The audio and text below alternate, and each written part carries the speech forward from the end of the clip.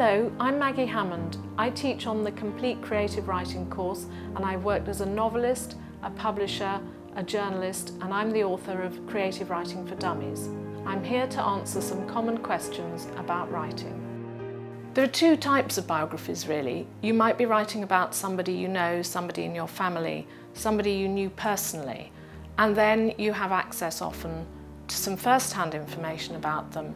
You might have letters from them, you might have photographs of them, you might have an awful lot of material. You can talk to friends of friends, you can fill in a lot of gaps and details of their life. If you're researching a historical character, then there are a lot of resources that can help you.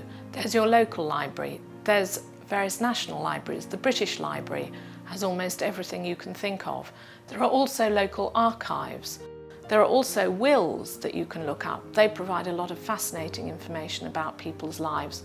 Think of William Shakespeare and how he left Anne Hathaway his second best bed. There's a whole world in that detail.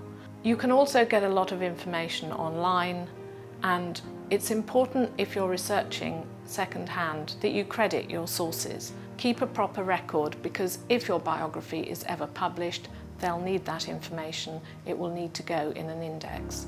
Writing a biography isn't that difficult once you know how.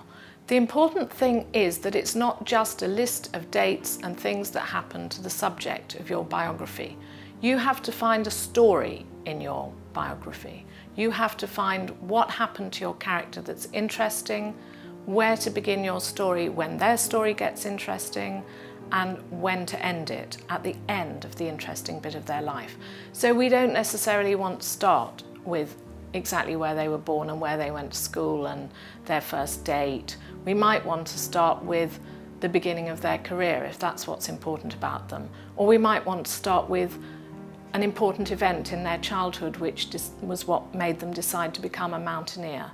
One important detail to know is if you're writing about a dead person, you can't libel them. You can write anything you like. But if you write about a person who's living, if you say anything derogatory about them, you can get into trouble.